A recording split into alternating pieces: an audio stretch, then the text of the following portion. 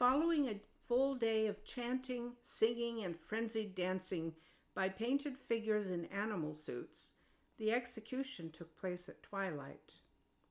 Awaiting his mortal exit, Alabar sat on a bronze throne wearing for the last time a thick crown of hammered gold.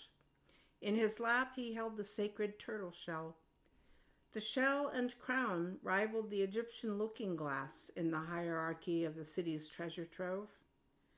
At precisely the moment that the sun's eye winked behind the western hills, Wren stepped from a tiny hut of pine boughs constructed for the occasion, carrying on an ermine pillow that's the smoking egg. Without missing a cue, as if she had rehearsed for days, she dance-stepped thrice around the bonfire, then up to the throne. Supposedly, the egg had been laid by a viper, although Alabar suspected it was the product of Noog's magpie. In any case, Wren lifted it gracefully to Alabar's mouth, and as the singers fell silent and the dancers froze, he gulped it down. Presently, he commenced to writhe. His face turned the color of the pine boughs. He toppled over, and green tongue lolling, thrashed about in the mud. Noog approached, recovered the crown that had spilled, and placed it upon the head of the young hero who had taken Alabar's place on the throne. Alabar kicked with both boots, then lay still. The new king flicked a dab of green foam off the throne. He raised his spear and smiled. Cheering broke out in the city, but it was short-lived because Mick lunged for the bronze chair and would have chewed off the occupant's leg had he not been restrained.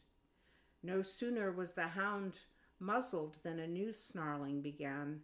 This time it came from Frol, the 14-year-old concubine who horrified the crowd by pulling the magic mirror from inside her maternity gown and smashing it against the logs of the bonfire. The burial mound was outside the city walls, in a field dotted with cow pies and large stones. The stones had been arranged geometrically in patterns that were supposed to mean something to the gods. Presumably the cow pies had fallen at random, although then, as now, the division between what is random in nature and what is purposeful is extremely difficult to determine. Warriors carried Alabar's body to the mound's summit, where a shallow indentation had been dug. After the body was laid in the hole, the councilmen covered it with dirt. They sprinkled mead on the grave. They chanted an incantation half as ancient as the stones in the field, words arranged like the stones in sensuous patterns, words that saber-toothed tigers may once have overheard. There were no tears except the ones that Frol had shed back in the citadel yard. Death was not a weeping matter. The indentation in the mound top represented the navel in the great belly. Alabar was back where he had begun. Birth and death were easy. It was life that was hard. Alabar was back where he had begun, but not for long. As soon as the funeral procession had wound, imitating the undulations of the serpent, back through the gates of the city, Wren ran from the shadow of an upright stone and started frantically to dig him out. Only 2 feet of earth lay over him, so he was soon uncovered. She had a vessel of mead concealed in her cloak, part of which she used to clean dirt out of his mouth and nostrils. The remainder she poured down his throat. A potent beverage, the mead gradually counteracted the effects of the nightshade belladonna that she had placed in the egg. Since belladonna in small amounts will slow heartbeat, it had helped Alabar feign death. Wren had also stuffed the egg with algae that she had scooped off the surface of a stagnant pond. It was the algae that had given the green cast to his skin. There had been no fatal poison in the egg Alabar devoured. Following a plan they had devised in the week between Noog's discovery and the execution ritual, Wren had secreted Nuke's death egg in her bodice while she waited in the hut, substituting an egg filled with the algae and a non-lethal dose of nightshade belladonna. Alabar was considerably dazed, but as soon as he demonstrated to Wren's satisfaction that his breathing was of sufficient velocity to billow the sails of his soul, she left him. "I must return ere I am missed. I have to prepare myself to receive my new husband." The last she said matter-of-factly, but she rubbed his nose poignantly before fleeing. As dazed as he was, Alabar had the presence of mind to let his body roll down the slope of the burial mound, which was starting to be illuminated by a rising moon. He came to rest in shadow. He also came to rest in a more or less fresh cow pie, but he uttered no oath. "I may be mad," he thought, "but I prefer the shit of this world to whatever sweet ambrosias the next might offer." East was good enough for the morning star. It would be good enough for Alabar. He should not travel westward, for the Romans with whom his people had traditionally skirmished controlled the westlands, and for a long time now the Romans had been increasingly under the spell of some borrowed god who sounded like particularly bad news. Modern Romans insisted that there was only one god, a notion that struck Alabar as comically simplistic. Worse, the Semitic deity was reputed to be jealous. Who was there to be jealous of if there were no other gods? Vindictive and altogether foul-tempered. If you didn't serve the nasty fellow, the Romans would burn your house down. If you did serve him, you were called a Christian and got to burn other people's houses down. There was a long list of enjoyable things Christians could not do, however, including keeping more than one wife. Come to think of it, mused Alabar, that might not be such a bad idea. Ah, but Christians were meddlers, and a man on the run from death, duty, and who knew what else was a man who didn't need meddling with. It was possible that he had insulted quite a few deities of his own acquaintance, so he didn't relish some aggressive foreign hothead getting in the act. Christians populated the south as well as the west, while up north the pebbles lay with their faces already in snow, and Alabar had neither furs nor spear. It was settled. He would journey into that east whose pincers had so recently released October's buoyant moon. When the last spasm of nausea had subsided, when all traces of dirt and drug had washed away, and his blood flowed melodious and clear, he stood, stretched, gathered his burial wraps about him, and set off at a trot toward the east and the multiplying unknown. As he trotted, he could hear in the distance the drunken din of the city, where his people simultaneously lamented the broken mirror and celebrated their rescue from feebleness and decay.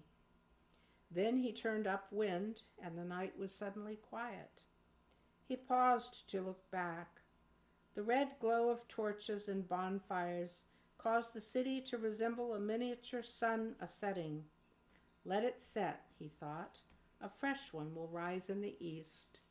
Nevertheless, there were pangs in his heart. Mixed in that cauldron of sound that had just faded might have been the feline wails of Wren, who no doubt lay with the new ruler beneath his ermine covers. Did Mick snore at the foot of the bed, he wondered? All of Alabar's wives belonged to his successor if he wanted them, but Mick was eternally Alabar's, and would have been buried with him had he not demanded prior to his execution that the hound be spared. "I would vow to retrieve you, Mick," whispered the former king, "but as sorely as I miss you, I will not be back. Not one companion from my reign will I ever see again." He was quickly to be proven wrong. He was now at the threshold of the dark forest. Unarmed, he dare not venture deep inside, lest enterprising beasts process his flesh into sausage cakes and brew their winter's ale from his blood. Therefore, his plan was to lie down just inside the tree line and sleep until daybreak. At earliest light, he would strike out, attempting to traverse the wood before it grew black again. Having a terrible thirst, however, a need to rinse his mouth of the accumulated residue of mead, mug, and egg surprise, he decided to first go in as far as the spring and drink. Then he would retire to a resting place less convenient to the wolf kitchens. The spring bubbled in a little glade, a clearing lit like an altar by the ever-ceremonious moon. So bright was the glade that Alabar could watch his shadow slide along the promenade of moss and kneel with him to drink. "Me and my shadow," he said wistfully, anticipating the popular song by 1,000 years. "Me and my—" What was that? His shadow had attracted a second, a companion shadow, slightly smaller than itself, though nonetheless human in shape. If his shadow was no longer alone, did that mean that he too enjoyed companionship? And if his shadow's shadow friend aimed a shadow spear, could Alabar conclude that a spear was pointed at him as well? Still on his knees, Alabar whirled and lunged at the place where the shadow had led him to expect he would find legs. Yes, those were legs he grabbed. He yanked them hard, hoping to upset the body they supported, before it could shove a blade through one rack of his rib cage and out the other. He felt the spear point graze first his cheek and then his shoulder, as the being who wielded it crashed down on top of him. Alabar no longer knew how the shadows were behaving, but as for himself, there was an attacker straddling his head. Disgust mingled with fear as he labored to withdraw his face from his adversary's crotch. In the struggle, some part of him, most likely his nose, fired a message to his brain. The message contained a single word: female. Alabar pulled himself free with such force that he fell backward into the spring. When he surfaced, spewing and sputtering, dead leaves and the addresses of a dozen hibernating frogs strewn throughout his beard, he found himself contemplating a spear tip again. This time, however, he could see the face of his assailant, and while he was no longer surprised that it was a woman, he was astonished that the woman was Frol. Alabar's amazement was mild compared to Frol's. When she realized that she had tried to puncture her recently executed lord and husband, her young mind reeled at the potential redundancy, and she fainted straight away. Alabar revived her with water that he wrung from his clothing, and they spent a largely incoherent hour sorting things out. Following her destruction of the prized Mira, only the intervention of the new king had prevented the clan from ripping Frol to shreds. It seemed the king desired to honor Alabar's precedents, desired to govern rather than merely rule. Alabar detected the influence of Ren, so he urged compassion, as he believed Alabar would have done, and reduced Frol's sentence to banishment. Moreover, as Frol was driven from the city in a blizzard of curses, His Highness handed her his own spear, with which she might at least delay the dinner of the bears. Alabar could picture Ren whispering instructions in the freshly royal ear. 5 minutes or less was required by Frol to explain her presence in the forest. The remainder of the hour was taken up by Alabar's protests that he was not a specter. Slow to be convinced, Frol accepted Alabar's concreteness only after he produced the terminus of his urinary network and arced a stream in front of her. "Everyone knows that ghosts don't piss," he exclaimed, and although she was unacquainted with that particular wisdom, it sounded too logical to be denied. Upon those travelers who make their way without maps or guides, there breaks a wave of exhilaration with each unexpected change of plans. This exhilaration is not a whore who can be bought with money, nor a neighborhood beauty who may be wooed. She, to persist in personifying the sensation as female, is a wild and sea-eyed Undine, the darling daughter of adventure, the sister of risk, and it is for her rare and always ephemeral embrace, the temporary pressure she exerts on the membrane of ecstasy, that many men leave home. Alabar was presently in her arms, having made a sudden shift in direction due to Froll's heavy load. She was timed to give birth on the next full moon, and was now bearing west after all, seeking a nearby haven where Froll might deliver, rather than the distant edge where he might test fate. On the surface it seemed a less adventurous choice, yet the prospect of raising a family in Christendom was far more challenging to Alabar than any potential combat with man or monster, and the very spontaneity of the decision inflated his humor. Thus, even though his back now was turned to the allure of the morning star, even though a stout breeze flattened his beard against his Adam's apple, even though his damp clothing clung to him like frost, he whistled from stump to rock as if he were a tea kettle leading the pack in the annual pot and pan cross-country marathon.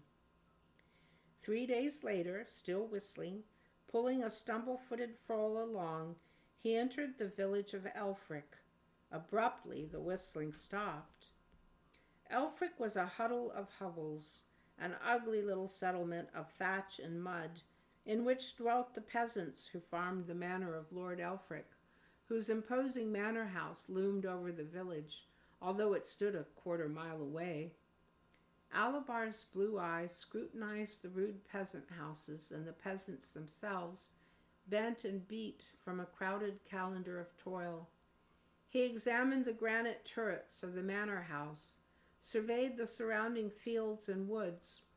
His toes curled nervously in his boots, but just when they were about to uncoil and propel him toward a scenic bypass of downtown Elfric, his gaze settled on Froll's belly. He calmed his toes. He took Froll's hand. "Here we shall build our muddy nest," he said. The peasants received them warmly. Naturally, they were suspicious, but newly baptized, they were sensitive to the responsibilities of Christian charity. Recognizing in Alabar the mien of a warrior, they suggested that his proper employment would be as a vassal in the military service of Lord Elfric. They were both amazed and gladdened when the stranger insisted on remaining among them. They could always use another strong back in the pitiless acres of Elfric. For his part, Alabar knew all too well how life would be in the manor house. He had been a mighty warrior. He had been an exalted king. Now it amused him to see what kind of serf he would make. Besides, for some reason, perhaps it was connected to the trauma of the white hair, he had grown tired of violence. "I sense there are different sorts of battles to be fought," he told Froll, "and I shall fight them for myself, not Lord Elfric." Despite his reputation, Alabar had little fear of recognition. Elfric was a mere 40 miles west of his former castle, but there was not a single serf who had traveled more than 10 miles from his or her birthplace. Once his beard was shaved, his hands calloused, his body stooped to the processing of the harvest, not even the most cosmopolitan of the Lord's knights would be able to identify him. Moreover, he was dead. "Long live death," whistled Alabar as he winnowed grain from chaff. To Froll, Elfric presented a more difficult challenge. Pregnancy afforded a peasant woman no relief from work, not even in its final hours. Softened by the sables and scented pillows of the harem, Froll fainted 2 days in a row while pounding flax with heavy scrutchers. Thereafter, she was dispatched every dawn to the manor house, where she waited upon ladies. Ever spunky, Frol served without complaint, and the ladies soon learned not to trust her with breakables. One night in bed, Alabar removed Frol's hands from his waist and lifted them temporarily above the rough blankets.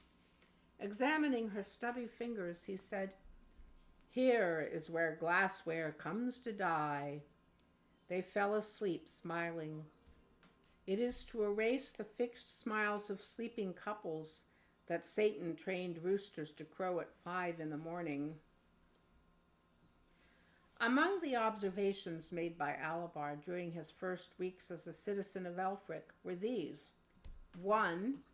Here the people bury their dead not in communal mounds, but in individual graves. Now that I have come to regard death as a private challenge rather than as a social phenomenon to be exploited, once it has occurred, for the common good, as my clan regards it, I wonder if Christianity may not have something in its favor after all. 2. The priest of the manor reminds me to no end of Noog. He is absorbed with his position on the estate and manipulates everyone, lord, lady, and serf alike, to better his station and to tighten the church's grip on the society. There resides, however, in a hut of sticks beyond the fringe of the village, another kind of priest, a wise old man called a shaman. The shaman lives outside the social system, refusing to have any part of it. Yet he seems to connect the populace to the heavens and the earth far more directly than the priest. Perhaps that is why the priest despises him. 3. The main vegetable consumed in Elfric is the turnip. With my clan, it was the beet. Could that explain why these people are so docile and minds so fierce? More than once during his first year in Elfric did ex-King Alabar consider applying for a vassalic position with the lord of the manor. The life of the peasants was brutally hard. In return for the lord's protection, they had to work for a prescribed number of days a week on his lands. In the few remaining hours, they plowed, seeded, and harvested their own meager holdings, and performed an endless succession of chores, such as chopping wood, butchering game, shearing sheep, digging ditches, drawing water, mending roads, carting manure, and building carts in which to cart still more. In the quiet ache of evening, Alabar listened to his calluses grow, a sound that merged in his ear with the echo of the switch on the ox's hide. By then, gray had overtaken one of every 4 hairs on his head, and some nights he would pluck those pale hairs as if they were petals, saying to Frol, "If I wasn't elderly when our clan decreed I was, I soon will be. Harsh labor pierces the rosy membrane of youth and lets the shriveling brines seep in." Nevertheless, the work-worn months held satisfactions. The novelty of one wife continued to fascinate Alabar. Frol remained as devoted as when he was her sovereign, and she showed signs of maturing into a woman as sexually adept as Alma and only slightly less intelligent than Ren. With her company he was content, and when she issued twins, one of each gender, that first November, a new dimension was added to his life. Back in his home city, his offspring had been raised communally in a nursery adjoining the harem. The nursery was a female province, as foreign to his bootsteps as the serpent-seared cliffs of the edge. Now he discovered children, and the discovery blew blasts of sugar into every chamber of his heart.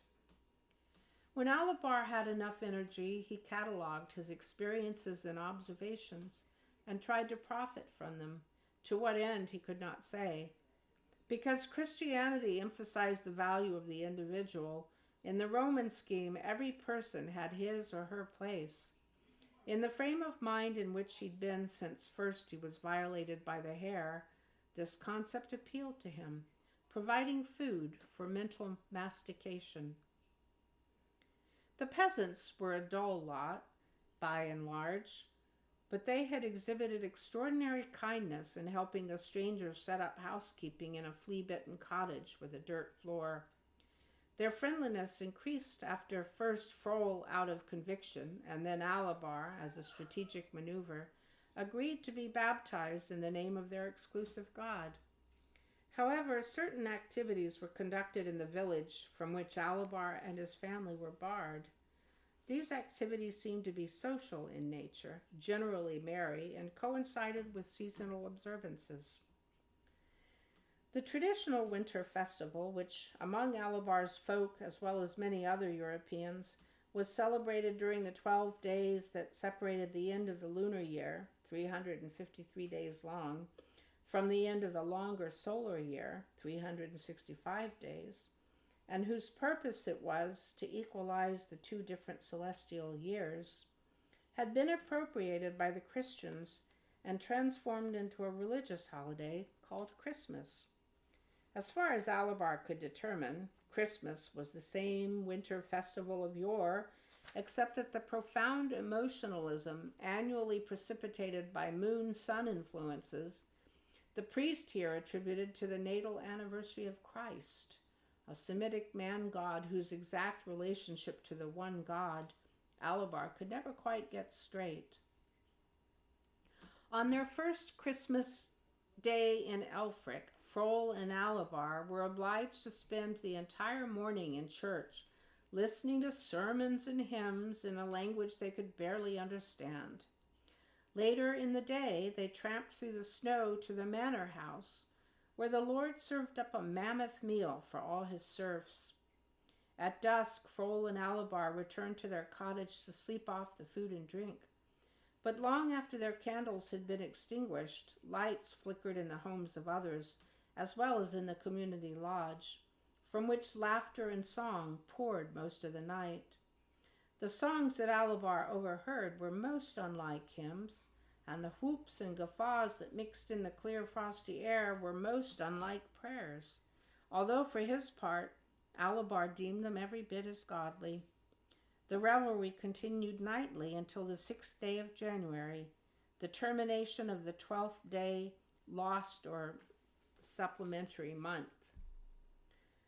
Since there were similar goings-on at the time of the old spring fertility festival, the priest called it Easter, and during the Feast of the Dead in late October, All Saints' Day, according to the Christians, since he and Frohl as newcomers were never invited, and since the priest steered clear of the merrymaking, while the shaman in a horny mask occasionally dropped by, Alabar was to conclude that for all their pious Christian convictions, the peasants still clung to the pagan customs that were their archaic heritage. His conclusion was correct, although a night was fast a-coming when he would wish he was mistaken. His lips curled over the rim of a cider mug. Alabar sat before the hearth. Outdoors, the snow was piled halfway to the Big Dipper, and the earth lay as passive as an eyeless potato. More snow was falling, and Alabar praised each and every flake. Onward, snow!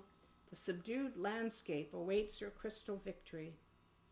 Although the peasant women busied themselves at the cookpot, the spinning wheel, and the loom, weather had curtailed their husbands' labors, and for this respite Alabar thanked the new god, the old gods, the morning star, and the snow itself, for the snow seemed energized and awake in a universe that slumbered like a cadaver.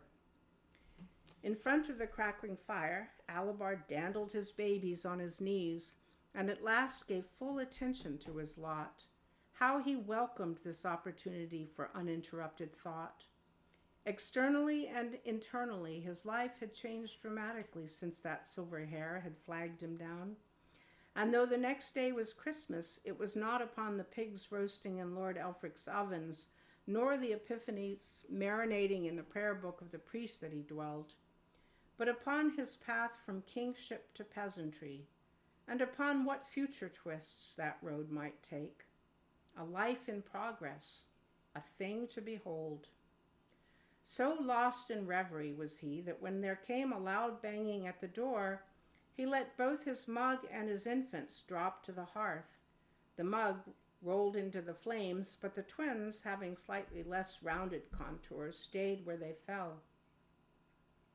Frol unlatched the door, and out of the dark trooped a snow-dusted band of their neighbors, faces scarlet from cold and strong drink. The villagers embraced them both, not a little lasciviously, and placed wreaths of holly and cedar about their necks. They bade Alabar and Frol accompany them to the community lodge. Frol was unnerved by the boisterousness of the peasants, normally so sober and staid. But Alabar whispered, "Let us join them. More than a year has passed. This is our second Christmas in Elfric, and finally, we've been judged trustworthy to participate in their seasonal fun. By the tone of it, we are about to be included in ceremonies more ancient, more restrained, and I suspect more heartfelt than any we will share on the morrow."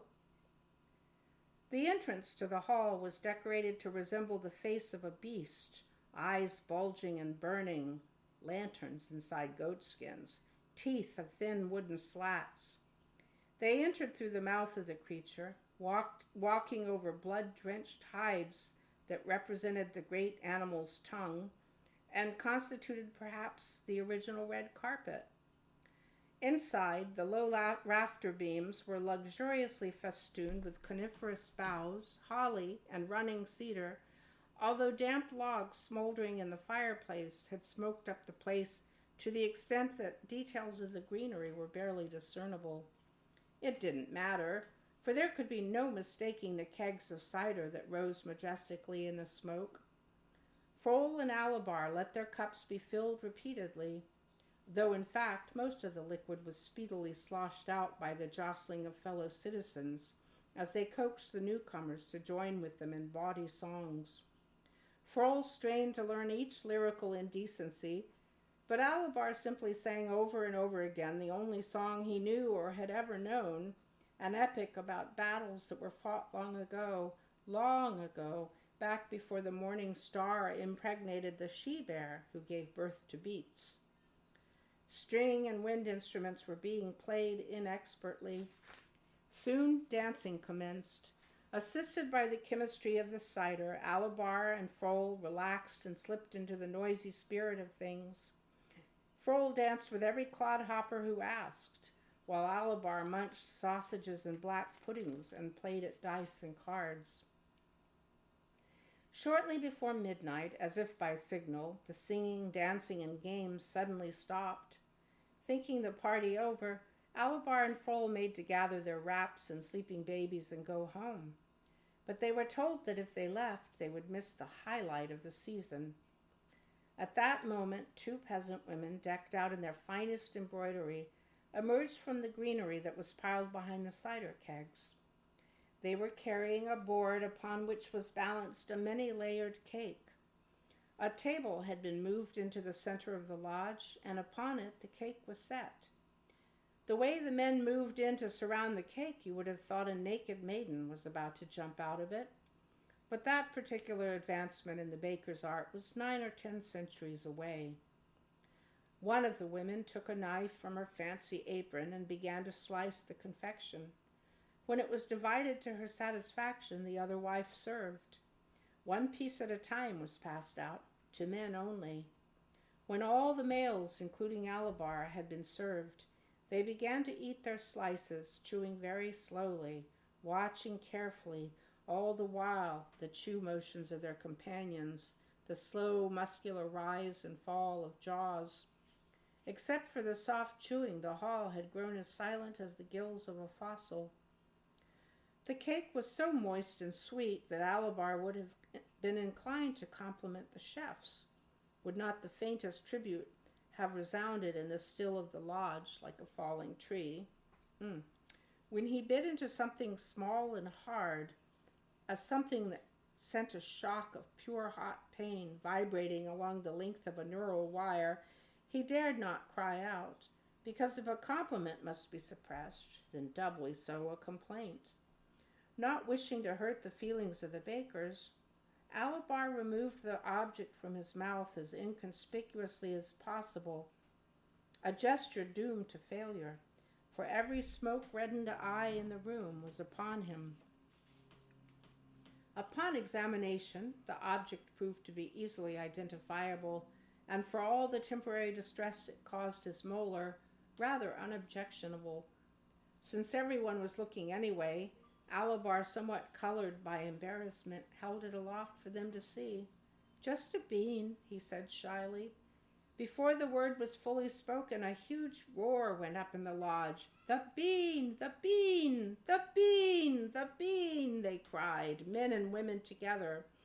And the villagers advanced on him, slapping his back, mussing his hair, hugging him, and squeezing his private parts. A wooden chair, a rickety imitation of a throne, was fetched and placed beneath a rack of antlers recently nailed to the wall. Alabar was led to the throne and made to sit on it, whereupon, amidst a deafening cacophony of whoops and hollers, belly laughs and sniggers, purposeful belches and equally intentional farts, a lopsided crown of mistletoe was laid atop his head. When the crowd began addressing him as king, Alabar gasped.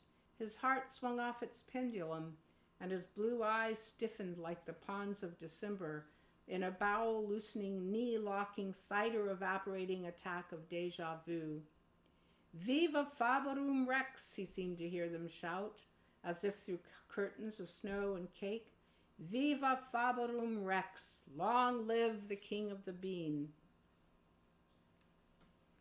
According to custom, the King of the Bean had absolute license.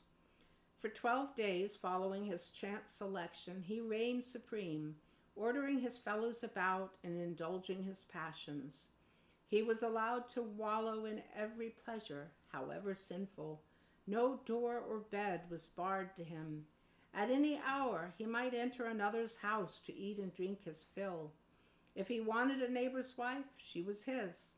Likewise, any daughter. Obscene behavior, such as urinating on the altar of the church, not only was permitted, it was encouraged. Wherever he went, whatever he did, the Bean King was attended by a rowdy entourage, adjusting his mock crown so that it always sat askew, pulling at his mock robes so they revealed his buttocks, plying him with song and cider, cheering him, jeering him, egging him on. When this was explained to Alabar, he thought, well, if they desire a king, how fitting it be me. This kingship comes to me by sheer fortune, but I dare say none other is more experienced in the role. True, I had planned to give up these wintry days to contemplation, but it is festival time, and I could use some fun. Frol has satisfied me plenty, but I confess there be 3 or 4 skirts hereabout I would not mind lifting. They wish a monarch, do they?